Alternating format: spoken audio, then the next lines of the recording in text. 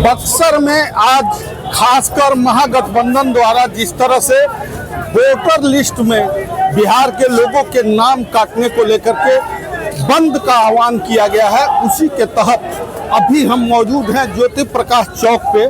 सहयोगी को कहेंगे कि दिखाएं कि जहां अलग अलग तरह से प्रदर्शन का दौर जो चल रहा है, यहाँ खासकर अगर हम लोग बात करें तो अखिल भारतीय मजदूर संघ के लोग जो हैं, माले के लोग हैं, वो यहाँ पर है। पूर्व सांसद महोदय हमारे साथ।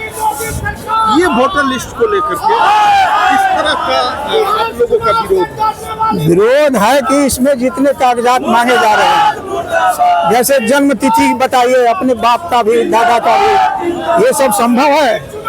झोपड़ियों में रहने वाले लोग प्रमाण पत्र रखे हैं, उनके खेत का कागज भी ठीक ठाक से नहीं है। इसलिए यह कुछ लोगों को, एक अच्छी खासी संख्या में लोगों को जानबूझकर वोटर लिस्ट से नाम हटाने की साजिश है।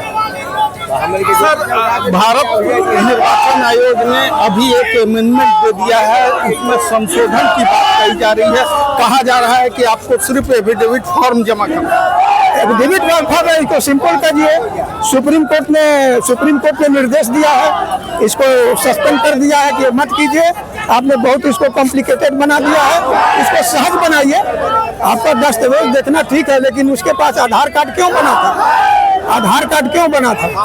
और अगर इसलिए लीजिए, राजनीतिक रूप से सोचिए तो 2016 में जो लोकसभा का, ये पिछला जो लोकसभा का चुनाव हुआ, उसमें वोटर लिस्ट ठीक था, उसको आधार बनाइए। और जो नए वोटर शामिल होने हैं एज के चलते, उनको उनके बारे में बनाइए। वो वोटर लिस्ट में क्या गड़बड़ थी? इसका मतलब कि आप गड़बड़ी से जीत कर आए थे। लोकसभा का जो वोटर लिस्ट है, उसको आधार बनाइए, उसमें कोई कटौती मत कीजिए। वो कैसे बना था?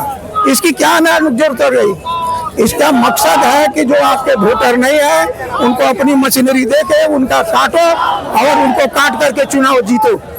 ये साजिश है। निश्चित तौर पर राज्यसभा के पूर्व सांसद नागेंद्र ओझा ने बड़ा सवाल खड़ा किया है कि लोकसभा चुनाव में क्या इसी वोटर लिस्ट पे आप जो चुनाव लड़े और चुनाव जीते, वो चुनाव फर्जी था? तमाम लोग हैं यहाँ, जिस तरह से अलग अलग दल के लोग हैं, बड़ी संख्या में लोग हैं, क्या कहेंगे?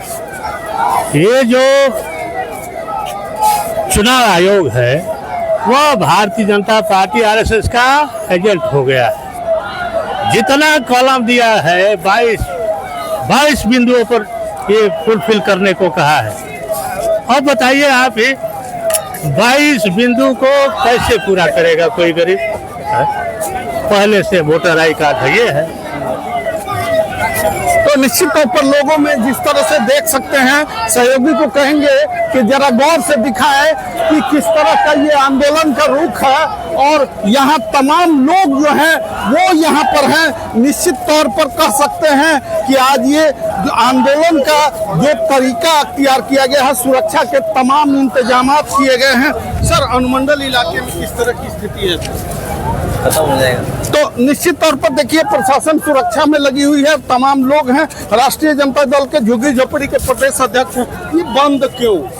बंद इसलिए है कि चुनाव आयोग जो है, भारत के मतदाताओं का अपने मनमानी के तहत बीजेपी और आरएसएस के कहने पे मताधिकार से वंचित करना चाहती है। जबकि संविधान कहता है कि 324 चुनाव आयोग का गठन, 326 मतदाताओं का अधिकार का है। तो जब चुनाव आयोग का काम है, 4 काम है। एक काम है, जब हम वयस्क हो गए, 18 साल हमारी उम्र हो गई, तो हमारा नाम जोड़ दे। ये नहीं पूछे कि मेरी माता कहाँ जन्म हुई थी, मेरे पिताजी कहाँ जन्म हुए थे। चुनाव आयोग का काम है, जब मैं वयस्क हो गया हूँ तो मेरा नाम जोड़ दे। दूसरा काम है, किसी सरकारी संगठन को, दल को मान्यता देना। तीसरा काम है, शांतिपूर्ण चुनाव कराना और स्वतंत्र भाव से कराना। लेकिन मतदाताओं के नाम के साथ साथ उनके माता पिता का जन्म अवसर पूछना संवैधानिक दृष्टिकोण से ये गलत है। इसलिए मैं कहना चाहता हूँ कि आरएसएस, भाजपा और जदयू के कहने पे बिहार के मतदाताओं को मतदाता सूची से बाहर करने का काम किया जा रहा है। इसलिए चुनाव आयोग यह धंधा बंद करे,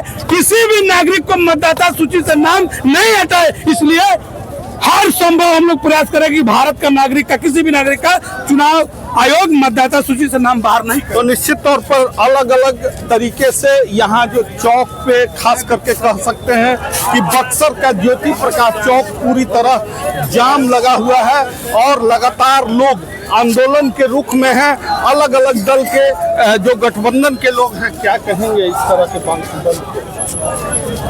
ये केंद्र में बैठी हुई चतुर चालाक सरकार आरएसएस के एजेंडे में भी उसका एक बहुत बड़ा षड्यंत्र है, जिस षड्यंत्र के तहत गरीबों को, अल्पसंख्यकों को, दलितों को, पिछड़ों को ये जो है पूरी तरह से भारतवर्ष के इसके वजूद को खत्म कर देना चाहती है। और